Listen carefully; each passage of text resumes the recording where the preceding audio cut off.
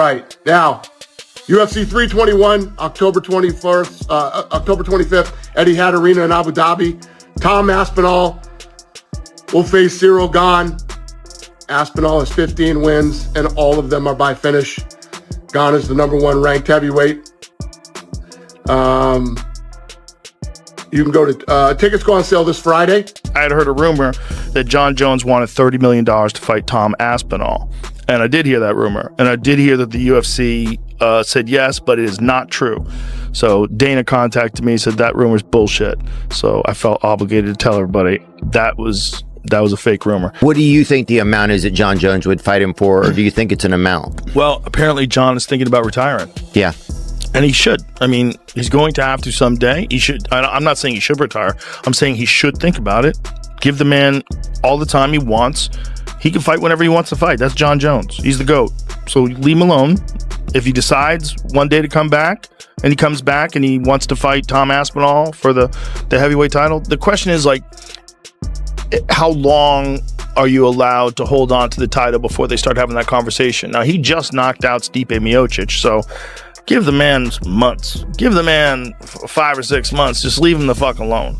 But at a certain point in time, you have to decide who the heavyweight champion is. And if Tom is the interim heavyweight champion and Jon decides he doesn't want to fight anymore, he could do that. And he could do that also and then come back in a year and fight for the title. He could do that. Like, he could do whatever he wants. It is the undisputed heavyweight champion of the world, the pride of Wigan, the one and only Tommy Aspinall, Tommy Aspinall, na.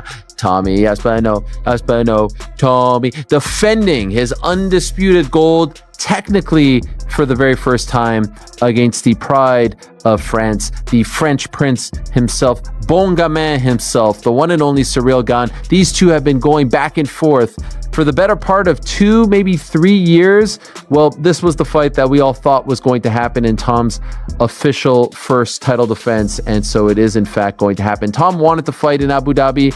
That was the sense that we got when he became undisputed champion. He didn't want to wait for New York. Let's be honest, the tax is a little better over there in Abu Dhabi compared to New York for an Englishman, for anyone, if we're being 100% honest. And so he wanted to be active. He wanted to fight in October. He wanted to fight in Abu Dhabi. It's closer to home. And so they oblige. And you'll recall a few weeks ago, I said, it's looking like Magomed and Alex, October 4th. It's looking like Tom versus Ciryl, October 25th. And it's looking like JDM versus Islam in New York. That would be the next pay-per-view. Now, that hasn't been officially announced. That hasn't been signed, sealed, and delivered. But at this point, I would be surprised, considering how the chips just fell earlier today. I would be surprised if it doesn't play out that way. Which is Tom Aspinall fights Pavlich and takes that fight on 2 weeks' notice and becomes the interim champion and fucks his back up and can't train at all. But Aspinall, like, that guy's, he's something special. He really is something special. He's a very unusual example. Because he's a heavyweight, and he's a big guy, a really big guy, but he moves so fast.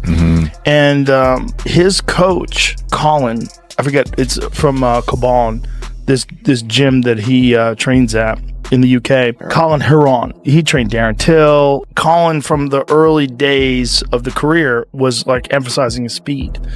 And so his speed has always been like extraordinary compared to other heavyweights. Like, he just fucking moves in. It's all like fast, explosive movements. So he's got natural speed, but then he's also got a lot of training to execute quickly. So when he moves in, he closes the gap. You can see, like, fuck, he's fast for a big guy. Right. After months of uncertainty, setbacks, and a seemingly endless wait, the interim heavyweight champion finally has his next fight locked in. He's set to take on Ciryl Gane this October in Abu Dhabi, and the buzz around it is massive. Fans have been eagerly anticipating this showdown, and now that it's official, the excitement is at an all-time high. As for Joe Rogan, who's consistently praised Tom Aspinall for being one of the most well-rounded threats in the heavyweight division, He believes this could be a serious problem for Gane. Who's next big heavyweight star? Tom Aspinall, the guy who Of just course, who won just the won. interim title. He's phenomenal. And he is, Yes. again, the next the next advancement of the evolution of the sport. How so? Well, because he can do everything. That guy's got elite jiu-jitsu. He's got elite takedowns. His striking is outstanding. Like, I've seen a lot of heavyweight, even Francis, who's like the greatest, scariest power striker I've ever seen in the heavyweight division. No one's scarier than Francis. Francis does not move like Tom Aspinall. Tom Aspinall is significantly faster. It's just horrible. It's horrible to see him just sort of waltz his way back into another title shot off of a robbery. However, this was always the fight that was going to happen. And I don't think there was any, like, conversations otherwise. So in my opinion, this should have been announced when they announced Jon Jones's retirement. And they should have done that not at a UFC Fight Night post-fight press conference in a one-sentence moment from Dana White. They should have had a moment where they set up a press conference between Tom Aspinall and Ciryl Gane, and then announced the retirement of Jon Jones, and then announced this fight at the same time.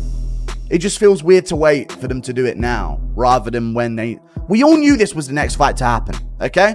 But I'm looking forward to it, and I'm nervous, okay? I'm extremely nervous for this fight. I feel like I haven't made a video like this in the whole year. I can't remember the last time I made a video reacting to big fights being announced. They're so few and far between, or it's just one big fight and nothing else.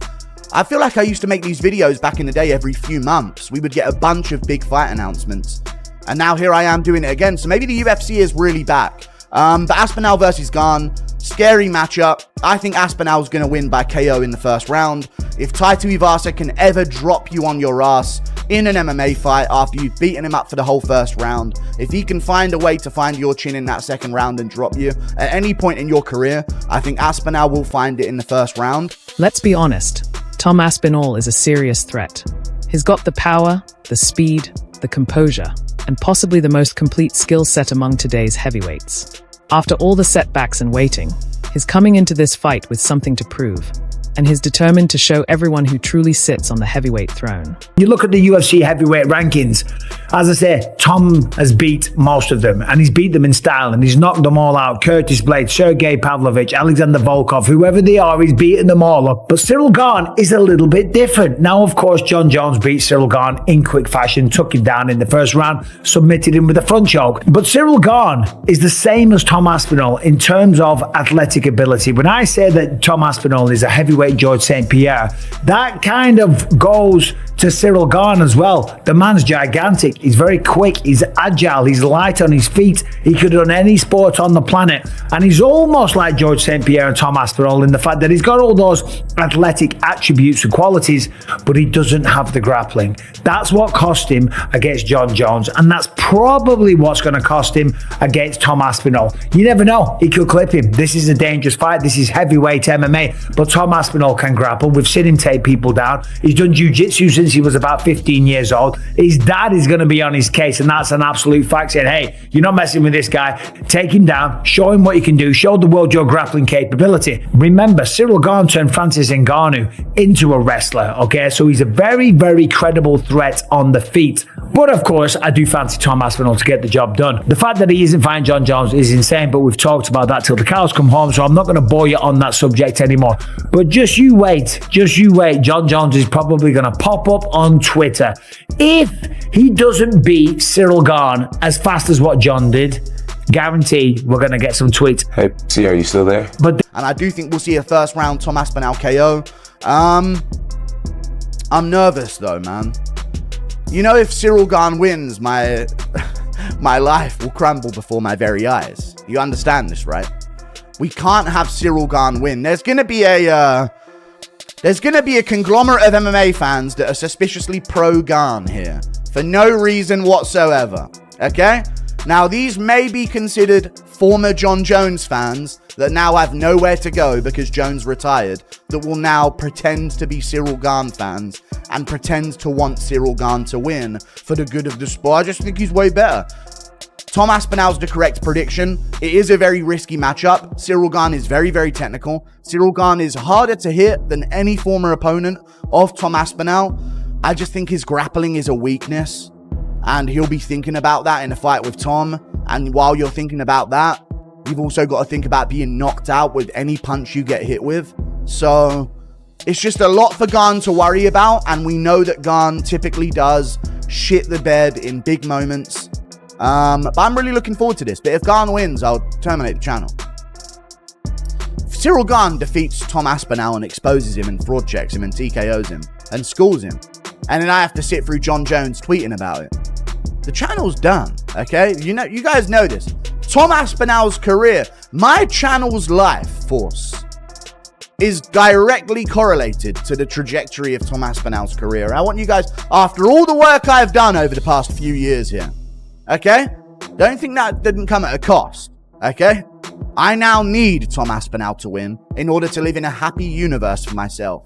I don't want to look back in 50 years, if I make it that long, and look back at this time and think, oh, I remember when Tom Aspinall got beaten by Ciryl Gane and Jones had the last laugh. No! Never will I allow this! Tom Aspinall must beat Ciryl Gane. This is a huge fight for that pay-per-view card. I don't actually know if it's the main event. If it's not the main event, then it will be Islam Makhachev versus Jack Della Maddalena on this card, but it seems a little bit soon to be announcing Jack Della Maddalena versus Islam Makhachev, so I think that's going to be announced for November, which means the October pay-per-view. We're going to have to get creative with some of the matchups on this card, and I think there can be some really good ones. But let's back up for a moment, because this isn't just about a newly scheduled bout. It's about the journey and the mess it took to finally get here. For nearly a year, the UFC's heavyweight division has been stuck in limbo, with everything on pause thanks to the looming uncertainty surrounding John Jones. When the UFC needed someone to step up, it was Tom Aspinall who answered the call. On short notice, he faced off against Sergey Pavlovich, a knockout artist feared by many, and made it look effortless.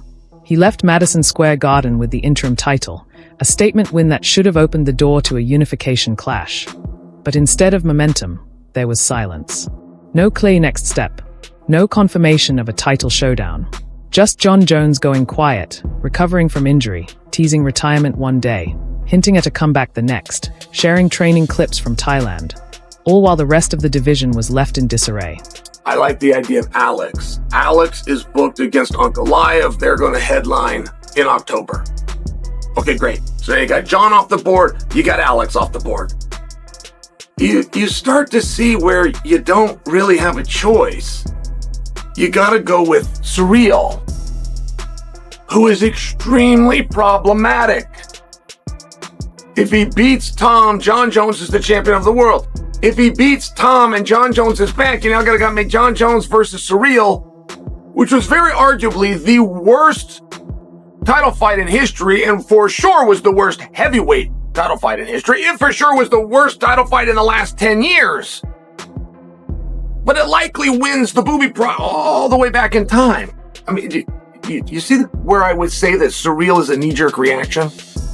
You bring in the fact that Ciryl skipped a fight because he decided he wanted to go do a movie, which, by the way, was never good enough to even get in the theaters. No offense, but what are you thinking there? You couple that with the fact that Ciryl lost his last fight to Volkov. He won a decision, but he lost the fight. I mean, there is no reason why you would go with Ciryl. Now, I don't say this to bury Ciryl. Ciryl's a complete stud. He's handsome and he's a nice guy. I feel like people like him. I'm just saying right. You'd have a hard time putting me in there with Tom, and I'm the linear champion. I'm the one that put John's foot on backwards so he can't train for it in the first place. But you'd have a hard time bringing me from the set of The Ultimate Fighter into a linear world title fight, even though logically it makes perfect sense. Do you see where this... So if you have it, but how are you going to get somebody in front of him? Stipe retired. Volkov's already had the fight. Curtis Blades just got in there. I mean, who are you going to put in front of him? Almeida can't draw. I like the idea of Almeida. I think Almeida's got a real good career in front of him. You can't take Almeida to a main event. You can't take him to a world title fight. You can't take him to Madison Square Garden, right? It's like baseball. 3 strikes and you're out. So who are you going to turn to? And you would need a little hook or crook. I'm only suggesting for you with recency bias and based on what we just saw and the landscape of the heavyweight division. My feelings towards him, I just wish him all the best. Genuinely. wish him all the best.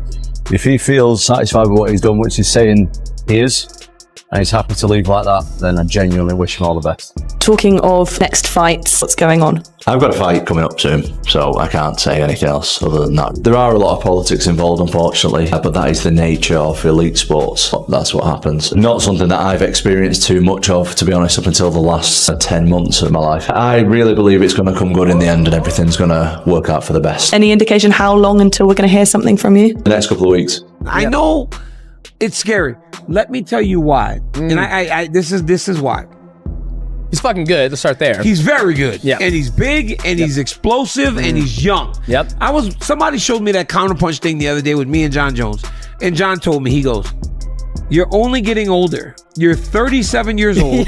I will only see when I stand there, I'll see a 38-year-old man. Yep. I'm barely entering my prime." Yep. That's opposite. the flip. Than every other heavyweight. That's a real problem because he's a heavyweight and he's a big guy, a really big guy, but he moves so fast. And so his speed has always been like extraordinary compared to other heavyweights. Like he just fucking moves in. It's all like fast, explosive movements. So he's got natural speed, but then he's also got a lot of training to execute quickly. So when he moves in, he closes the gap. You can see like he's fast for a big guy. Right. I want to see it so bad. John was shitting all over Aspinall, saying that I think that's a bad way to go. He was lucky that he blew his knee out with Curtis Blades because Curtis was teeing off Doing on well. him. Unless John avoided him, unless John used his wrestling to avoid exchanges, you know what that's all. And throughout it all, Tom Aspinall stayed ready. He kept training, stayed professional, and gave the UFC space to sort things out. But in return, he got radio silence. No updates, no plans, just a frustrating wait.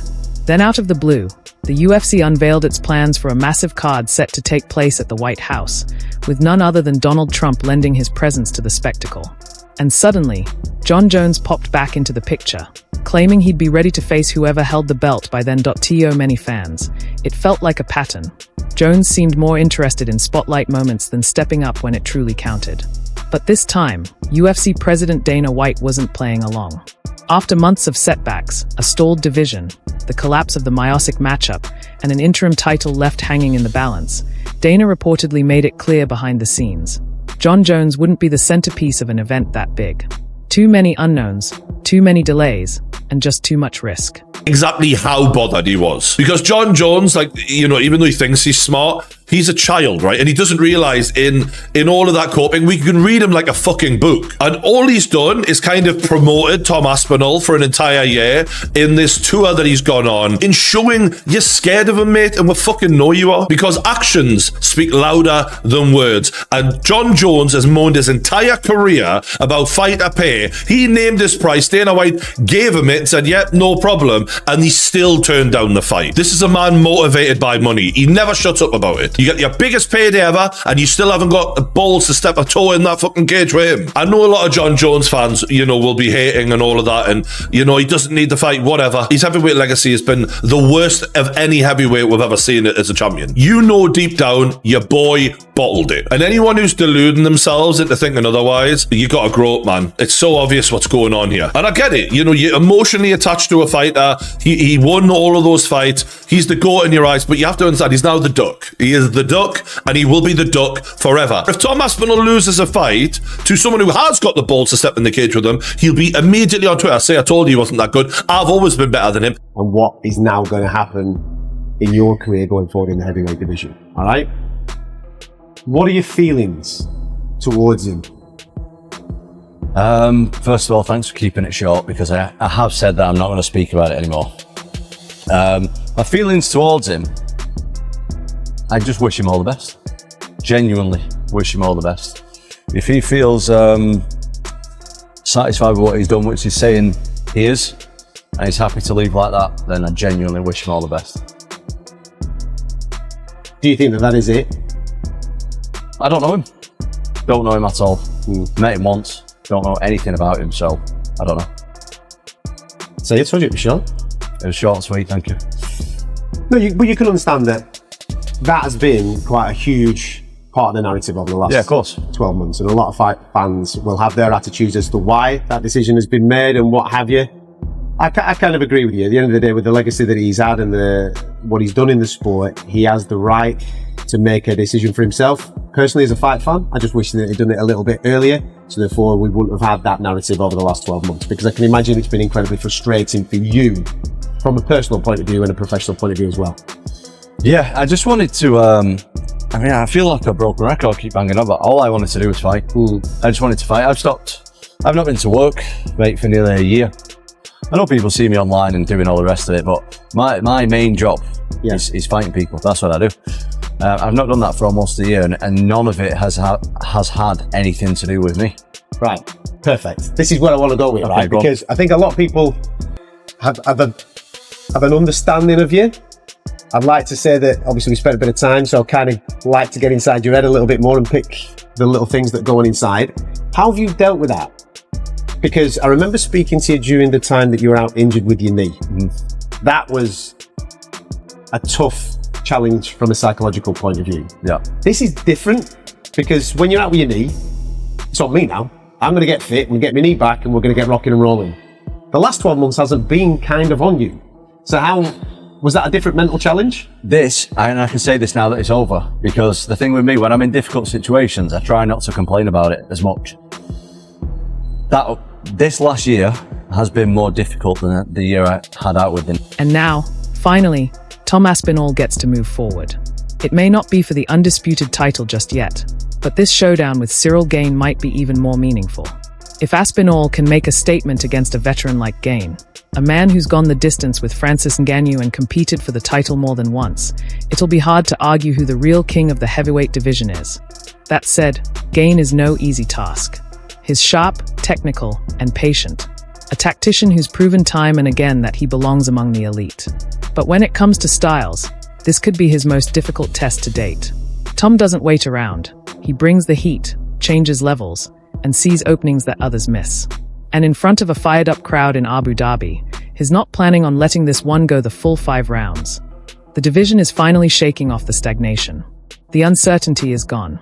Tom Aspinall is stepping into the spotlight, not with bitterness, but with the mindset of a man who's tired of being underestimated. October in Abu Dhabi, it's happening. Whether you believe Tom is the next era's champion, or Ciryl Gane is ready to flip the script, one thing's clear: the wait is over.